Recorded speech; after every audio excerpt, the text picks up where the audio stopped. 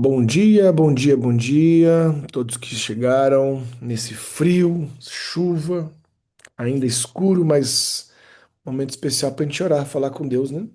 Bom dia, gente. Seja bem-vindo à nossa sala 67.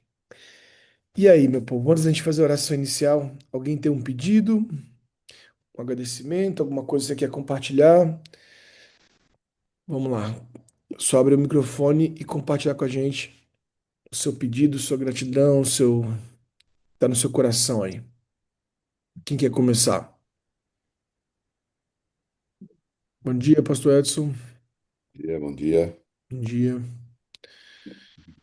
A minha sobrinha Elaine, esse é o meu primeiro pedido. Ela continua em tratamento de câncer lá em Curitiba.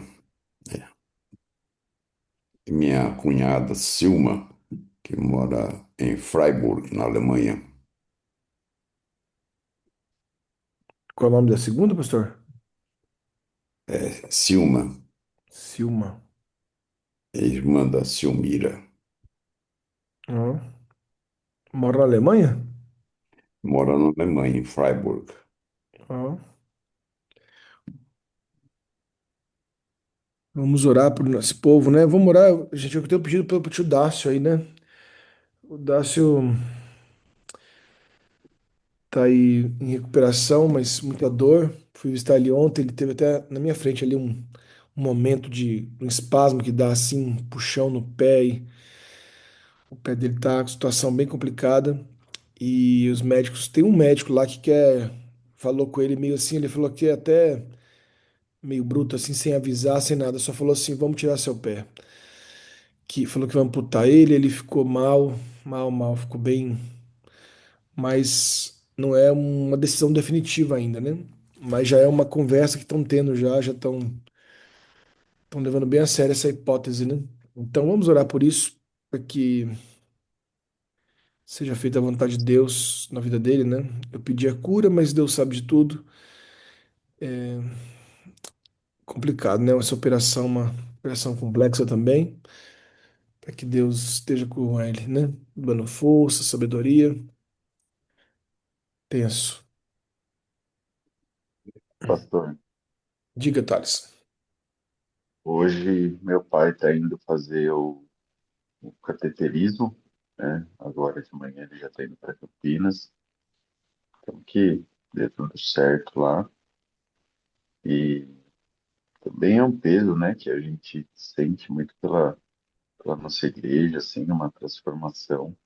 Que o Espírito Santo possa agir fortemente, a gente fazer diferença, não só na cidade de Indaiatuba, mas tantas pessoas precisam conhecer o verdadeiro evangelho, né? Que a gente tenha capacidade, o Espírito Santo capacite a gente para alcançar as pessoas. Amém.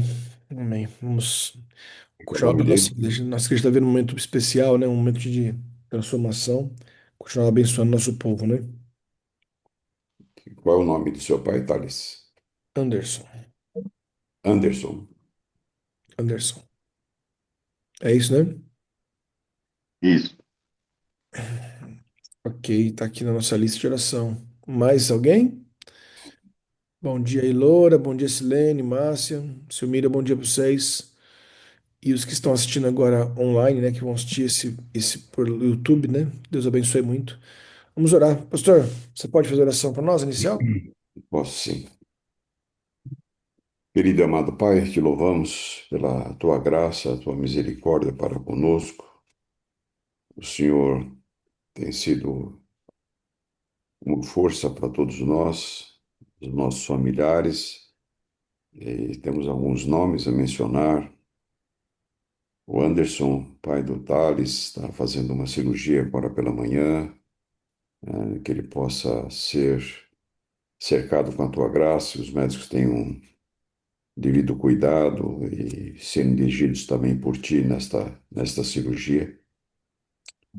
Também o Darcio, que está no hospital, Senhor, estenda a tua mão sobre ele, sobre as decisões a serem tomadas, o que seja melhor para ele, bem como com a Elaine, que está fazendo um tratamento de câncer no intestino. também Amém. assim como lá na Alemanha. São alvos especiais de nossas orações. Certamente, cada um de nós, aqueles que estarão assistindo, tem outros pedidos, colocamos todos em tuas mãos. E o Senhor possa fazer sempre o seu, o seu querer na vida de cada uma dessas pessoas. Confiamos plenamente na tua misericórdia e essas bênçãos nós te pedimos e agradecemos em nome do Senhor Jesus Cristo. Amém. Amém. Amém. Amém.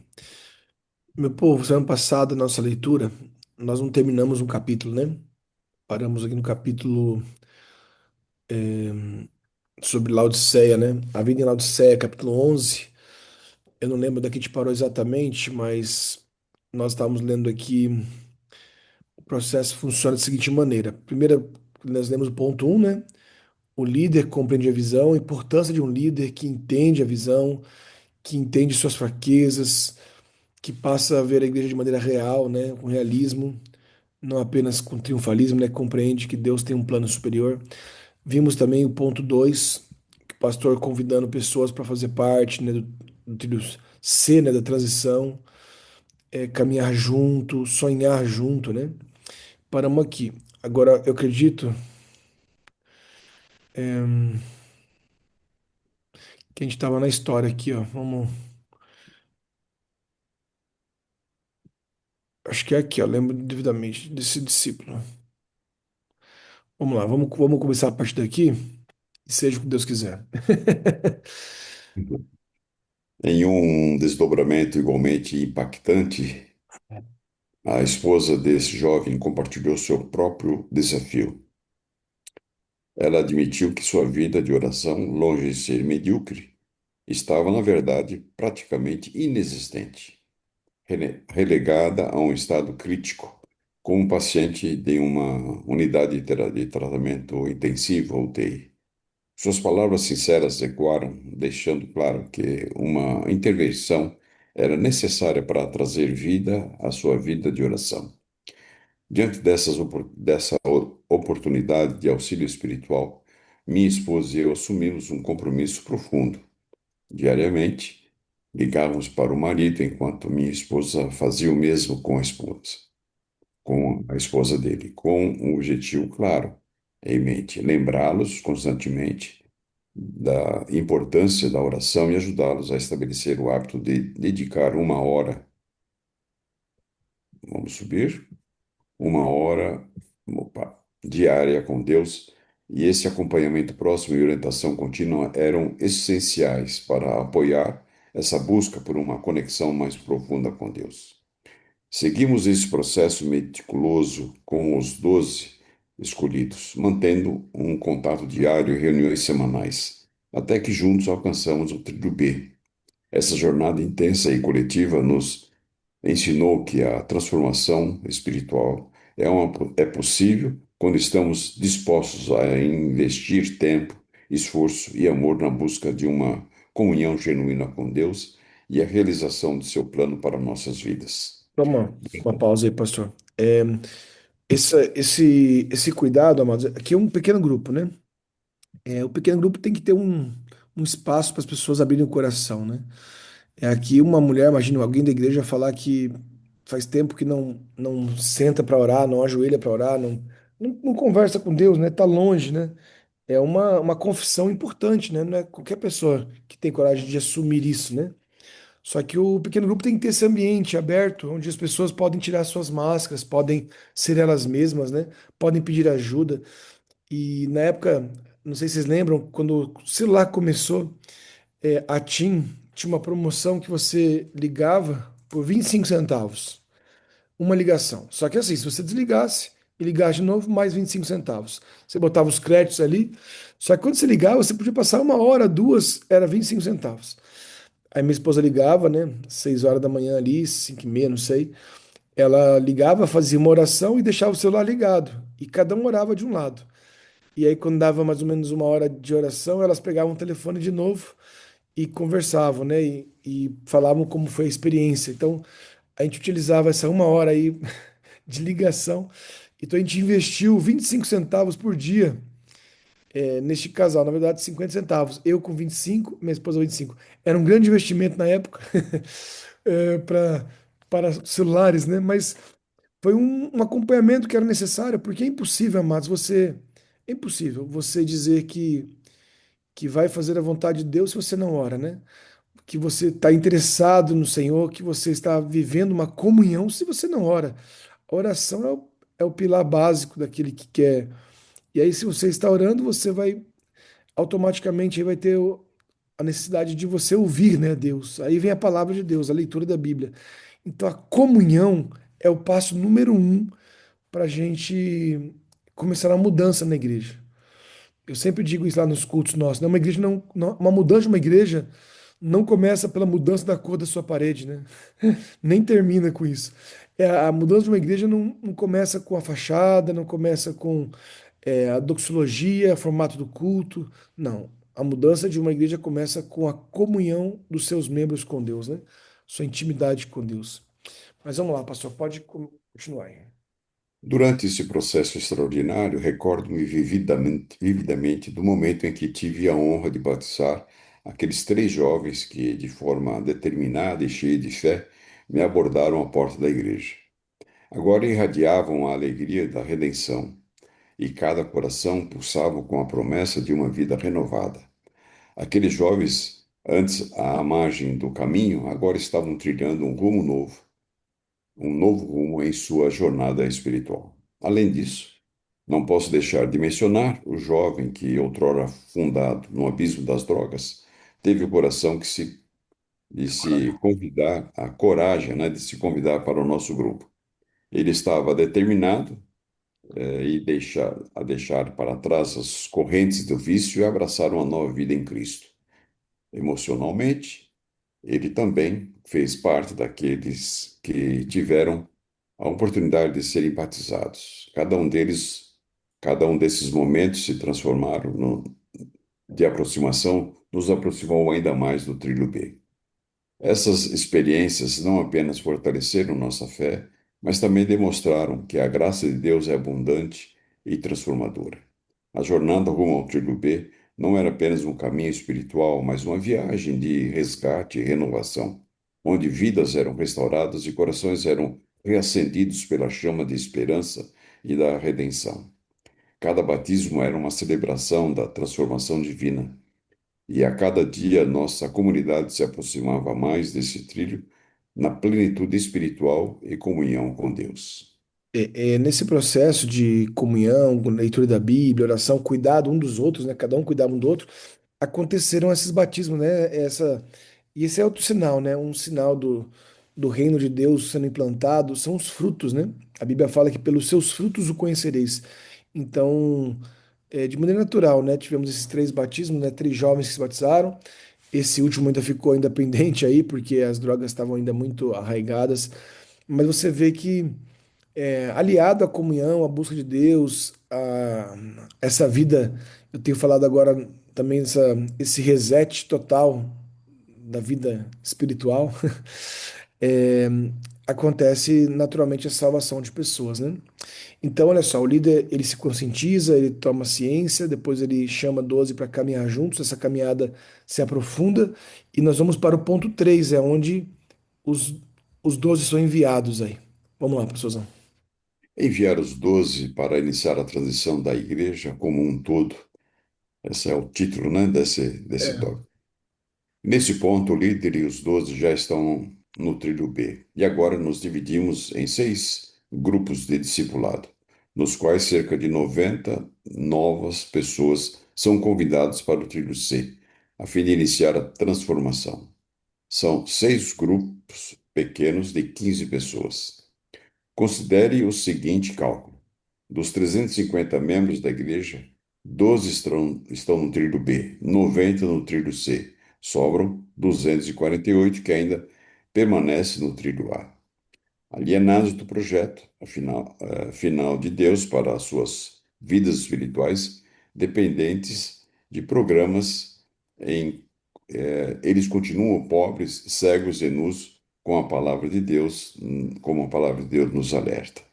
Nesse ponto, Muitas igrejas menores já teriam passado por uma transformação completa, com centenas sendo batizadas todos os anos, cultos lotados, novas igrejas sendo estabelecidas e o Espírito Santo sendo derramado abundantemente. No entanto, em meu caso, ainda restavam 248 pessoas no trilho A. Nessa parte aí, irmãos, quando você confia aos líderes a responsabilidade de amar outros, é um ponto assim decisivo, porque não sei se vocês lembram, quando Jesus liberou os discípulos para visitar, pregar, expulsar demônios, eles voltam expulsados pelos demônios, né? Eles vão e voltam derrotados, né?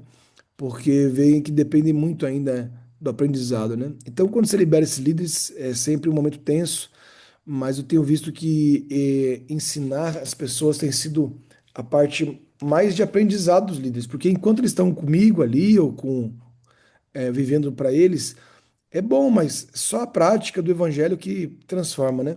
Então, esse número, eu fiz um cálculo aqui só para a gente ter uma ideia, né? A gente chama de levedar a massa. Você colocar aí o fermento, e aí começa uma caminhada com 90 pessoas, já é uma caminhada boa. Só que uma igreja um pouco maior, aqui no caso 350 membros, ainda tem muita massa ainda para pegar o fermento, né? Mas naturalmente acontece a resistência e a multiplicação. Vamos lá. Então, multiplicação e resistência. Essa fase é desafiadora, pois precisamos resolver dois problemas sérios para realmente progredirmos no trilho B. O primeiro problema é a multiplicação. Os 90 que foram chamados agora estão vivendo uma nova vida, cheios de alegria por serem cuidados e amados. Eles começam a cuidar e a amar outros. Portanto, cada grupo de 15 logo se torna um grupo de cerca de 30 membros. Nesse momento, a atenção e o discipulado começam a ser comprometidos. Então, multiplicamos os grupos, passamos de 6 para 12, a fim de não comprometer o processo e abrir espaço para alcançar mais pessoas. Porém, é nesse momento que a atenção de voltar ao trilho A se manifesta, pois ninguém quer perder a oportunidade, a proximidade e a amizade que experimentaram nos grupos menores. No entanto, para permitir que mais pessoas entrem no trilho C, esses 180 membros devem, por fim, chegar ao trilho B. Então, assim, é um momento bem complexo porque as pessoas viviam totalmente alheias, né? Separadas, isoladas, e elas começam a viver na comunidade, um pequeno grupo, só que elas se apaixonam tanto, tanto, que elas são contra agora a multiplicação, elas não querem que multiplique, elas querem ficar juntas, né? É um sinal de que elas não entenderam ainda o que é o trilho B, né? Que é morrer pelo outro, viver pelo outro, né? Então, elas de 30 pessoas deveriam ser dois PGs, né? Só que esse PG não se multiplica e elas voltam a ter 15, 10 e viram um grupo estagnado. Eu chamo agora isso, né? Na época que eu escrevi, eu não tinha esse nome em mente, mas eu chamo agora de trilho A gourmet. É a mesma coisa que era antes, só que agora é em pequeno grupo, né? É todo mundo egoísta, todo mundo pensando em si, falta dos frutos do espírito, não aparecem os batismos e as pessoas continuam em pequenos grupos, mas agora é a mesma coisa, né? Laodiceia andando em pequenos grupos, né? Então, vem a ponto 5 aí, a confusão e a incompreensão. O segundo problema é que, nessa altura, temos 170 pessoas aproximadamente que ainda não compreendem totalmente o que está acontecendo. Eles percebem algo diferente, mas não compreendem completamente. Alguns anseiam por estar no trem da transição, mas não recebem o apoio necessário. Outros, ainda no trilho A, agem de acordo com sua mentalidade e criticam o momento, rotulando as pessoas do trilho B como fanáticas. Você entenderá o motivo disso mais adiante. Então, aqui, É muito... é, é muita gente, né? Assim, e quando começa um movimento sério, um movimento espiritual, assim, é, as pessoas que estão no trilho B, que é a bênção, eles estão vivendo um momento espiritual, assim, de crescimento, de derramamento do espírito, mas as que ficaram de fora ainda, elas ficam confusas, elas ficam chateadas às vezes. Por que que eu não faço parte, né? Por que que eu não estou ali? E por isso que é importante a multiplicação, para que todos façam parte. mas alguns começam a chamar de fanáticos, em doidos, né? Não entendem o que está acontecendo, né? Mas tem que continuar multiplicando para poder continuar crescendo e chamando essas pessoas para a caminhada, né? Ponto 6. Multiplicando, multiplicação e crescimento. Finalmente, as multiplicações continuam até que toda a igreja esteja em trilho B. De acordo com as palavras de Jesus registradas em João 17, quando nos tornamos um, o mundo reconhecerá que somos de Jesus. Uma verdadeira revolução acontece, de acordo com a palavra de Deus. Alguns aspectos podem ainda parecer pouco claros em seu entendimento. Para esclarecer, enfatizamos que, nesse contexto, Laodiceia é representada como o trilho A, enquanto o pastor e seus 12 discípulos personificam o trilho C. Estes são os agentes que, com o auxílio do Espírito Santo, liderarão a transformação.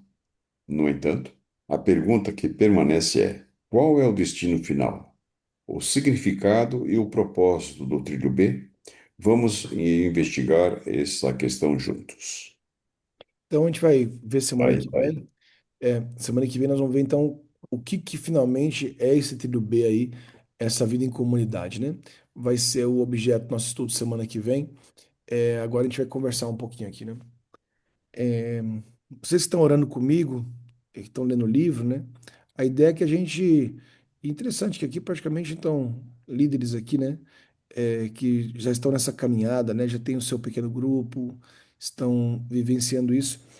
É, a gente não pode parar de caminhar, né? Um trem, quando ele para, nós estamos falando de uma ilustração de um trem, né?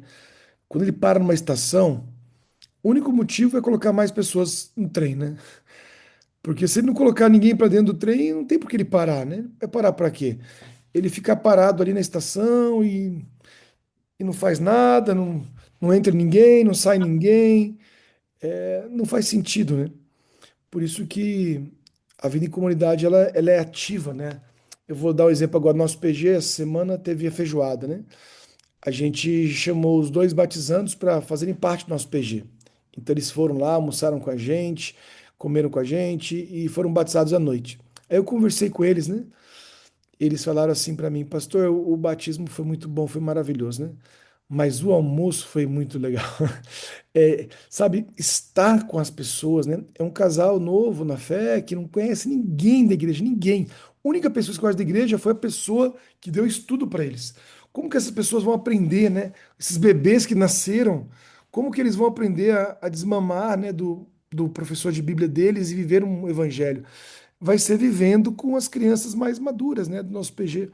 E eu vejo que o nosso PG ali, o PG ali da Jana, o fato de sempre estar entrando pessoas que são batizadas, fortalece muito o PG. Ontem fez, não, anteontem, né, fez aniversário de 2 anos do batismo de 4 pessoas no PG, né? o, o Luiz, a Heloísa, o Jean e a Emily, né? 2 anos. Há uns dias atrás fez o aniversário de 1 ano de batismo do Thales, está aqui, né? Com, com a Ju. E agora vai fazer uma semana do batismo eh, da Laine e do Felipe, né?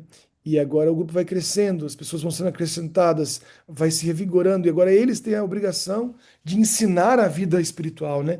Para esse casal. E aí vai chegar uma hora que precisa multiplicar, né? Que não vai caber numa casa mais. Mas Deus tem preparado, né? O Thales e a Juliana, especialmente, para serem líderes, né? Eles sentem que ainda falta muito, mas esse é o sentimento de dependência do Espírito Santo. E assim a caminhada vai isso em cada PG, em cada movimento, você vai sentindo o mover do Espírito Santo no cuidado, no amor, no acompanhamento, né? Nós tivemos aí uma luta, né? Porque eu citei alguns batismos, mas não falei todos, né? Tem um rapaz que batizou no PG lá chamado Romeu, vocês conhecem? Ele vai assistir possivelmente esse vídeo, ele é do grupo que assiste às 8 horas. Ele teve um grande desafio, ele foi batizado aí 1 mês, 2 meses, né? E ele gosta muito de futebol, de esporte, né? E ele teve o primeiro desafio espiritual grandioso para ele, que foi não assistir o jogo na sexta-feira à noite do Brasil, né? Pode parecer para você que é adventista há muito tempo uma coisa tão simples, né?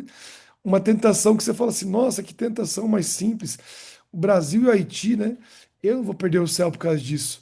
mas para ele, que sempre assistiu com o pai, que assistiu com a família dele, e ele vai para casa da família e todo mundo, único adventista, né? Foi um grande desafio. E aí ele foi pedir conselho para outra pessoa do PG. E quando a gente quer fazer uma coisa errada, a gente pede para aquele que já você sabe que talvez faça também. E ele procurou o Luiz, que é viciado em futebol, gosta. E falou: Luiz, vamos assistir e tá. E os dois, um que era batizado há 2 anos, passando pela tentação, com um batizado há 2 meses. E é incrível ver como que um buscou forças no outro para fazer a vontade de Deus. Um deles, para você ter uma ideia, não levou nem o celular para pequeno grupo, nem o relógio, porque agora passa tudo no relógio, né? Não levou o relógio, celular, e eles ficaram no PG. Quando o PG acabou ali umas 10 horas, 10h30 mais ou menos acabou o PG, a gente ficou conversando. O jogo acabou lá para 11h30. O Romeu pediu, o Thales está aí como testemunha, né? Posso ficar aqui com vocês até mais tarde? Porque se eu voltar para casa eu vou assistir o jogo. E eles ficaram juntos ali, aprendendo a ser feliz com as coisas de Deus, né? Porque Deus tem planos melhores para nós do que uma partida de futebol, né? Ele tem algo superior. E ele venceu, né, a tentação naquele dia. Primeira vitória diante de uma tentação grande para ele. Isso vai ser contado no futuro com risada, né? Nossa, lembra quando a minha maior dificuldade era não assistir um jogo no sábado, mas as pessoas precisam de um ambiente para dizer que estão passando pela tentação, um ambiente para poder pedir ajuda, poder falar que está com medo, que não consegue, fica do meu lado. Hoje foi sobre um jogo de futebol, amanhã vai ser sobre uma tentação, um namoro, outro dia vai ser, cada hora vai ser alguma coisa, mas juntos na comunidade tem a vitória, né? E esse grupo está crescendo, estão sendo abençoados, né? Agora com esse novo casal que está chegando, eles vão precisar de muitos conselhos matrimoniais, conselhos na vida de casamento, na vida do lar. E nós temos ali alguns casais experientes já agora, casais que estão vivenciando já uma comunhão profunda com Deus. E eu vejo que a partir dessa comunidade, muitas pessoas vão conhecer o Evangelho de Cristo, né? E a igreja vai se multiplicar, esse trem vai continuar andando, saindo do trilho, do trem, né? Saindo da estação e indo em direção ao plano de Deus, né? É apenas um exemplo. Aquela igreja que eu estou lendo agora com vocês, eu não sei se eu vou falar disso mais para frente, mas nós falamos em 350 membros, né? Vivendo a vida em comunidade. Eu tive o privilégio de ver essa igreja sendo multiplicada, né? Pessoas entrando, conhecendo os pequenos grupos. Quando eu fui embora dessa igreja, ela tinha 1.400 membros. Eu lembro que no culto de domingo, nós tínhamos uma média de 600 pessoas reunidas no culto de domingo. E dessas, pelo menos umas 100 não eram a da igreja, eram visitas, você fazer um apelo no domingo, vinha 30, 40, 50 pessoas à frente, né, pedindo batismo. Era um movimento realmente espiritual, né? Um reavivamento que a gente chama, um reavivamento.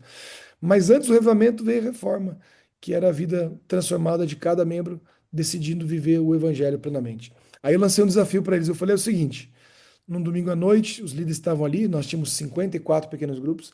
Eu falei assim: olha, cada pessoa nova que chega na igreja, uma visita que chega na igreja, tem que receber pelo menos 5 convites para fazer parte de um pequeno grupo, né? E era interessante ver as pessoas sendo convidadas, elas tinham dificuldade de escolher para onde que elas iam. Às vezes escolhiam pelo endereço, pela faixa etária, às vezes escolhiam pela empolgação do convite, pela uma amizade, mas elas tinham para onde ir, onde seriam cuidadas, amadas, né? E viveriam ali a vida espiritual delas ali. É um sonho, né? Você viver uma igreja que respira salvação, que respira cuidado dos outros, né? Essa é a igreja de Laodiceia indo para a igreja triunfante, né?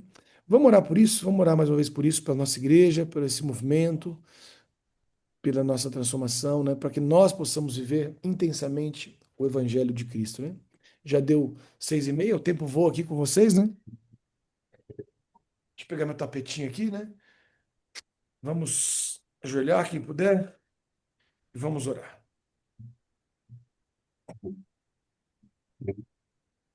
Senhor Deus, muito, muito, muito obrigado por nos dar o privilégio de passarmos alguns momentos aqui juntos, tentando cumprir João 17, sermos um, Senhor. Um em propósito, um em comunhão. Por isso que eu quero pedir que o Senhor abençoe este grupo que está reunido aqui no Zoom, os que estão assistindo pelo YouTube. Toma-nos, Senhor, nas tuas mãos, faz essa obra transformadora em nós, que não sejamos satisfeitos com programas na igreja, nem com uma vida espiritual superficial. Entregamos essa caminhada da igreja nas tuas mãos, Senhor, pedindo que o Senhor transforme a nossa vida de maneira profunda e nos use de maneira poderosa, Senhor. Restaura-nos, reaviva-nos, Senhor, e que a tua luz brilhe através de nós em muitas e muitos que precisam conhecer o que é viver o amor de Cristo no coração. Pai, relembramos aqui os pedidos feitos, pedimos que visite cada um desses enfermos, né, que estão tratando lá em Curitiba, na Alemanha, seja aqui em Indaiatuba, né, o Anderson, o Padre Otário, seja quem for, Senhor, esteja com eles e também fazendo a operação espiritual no nosso coração. É o que pedimos em nome de Jesus. Amém. Amém. Amém. Ah, meu povo, vamos. Falta pouco aí, né? Nós estamos aqui no capítulo 12. O livro aí tem, acho que 13 capítulos, mais 2 semanas a gente termina aí a leitura dele, né? E vamos, já tô com a continuação aí em mente, que é uma leitura poderosíssima sobre comunidade também, que esse é o propósito dos nossos encontros aqui. Mas não vamos parar de orar, né? Não vamos parar de caminhar. O Senhor tem grandes planos para nós, hein? Bom dia. Bom dia, pastor Edson. Obrigado pela leitura mais uma vez. Thales, Prazer. Bom dia, Mira, Márcia, Loura, Silene. Eu não sei quem é a última pessoa que entrou aqui, mas bom N. dia. Soares. Quem? N. Soares, eu não É, identifiquei. identifiquei também, né? Mas bom dia. Bom dia a todos aí que tem um dia maravilhoso, né? Hoje é um dia de festa no país. Temos jogo aí, né? Mas que além do jogo temos um dia de muito testemunho, de muita bênção na vida das pessoas aí. Amém. Bom dia amém. para todos. Bom Bom dia, dia. Bom dia, minha gente. Bom dia. bom dia.